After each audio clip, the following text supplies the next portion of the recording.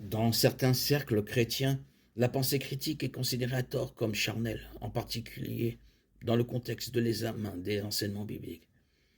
Dans les environnements où les chefs spirituels détiennent une autorité incontestée, toute forme de discernement peut être considérée comme un péché. Cependant, l'Écriture félicite les Béréens, non seulement d'avoir accepté les paroles de Paul, mais d'avoir été d'un caractère plus noble que ceux de Thessalonique, en ce sens qu'ils reçurent la parole avec un grand empressement et examinèrent chaque jour les Écritures pour voir si ce que Paul disait était vrai. Acte 17, 11. Étant donné la montée des fausses prédications à Jean 4, 1, nous devrions adopter la pensée critique dans les églises.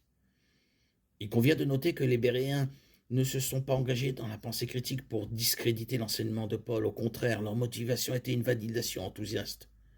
De même, lors de l'analyse de sermons, d'articles, de blogs, de livres ou de chansons, l'objectif ne devrait pas être de discréditer des individus, mais de s'assurer que leurs enseignements sont conformes aux Écritures.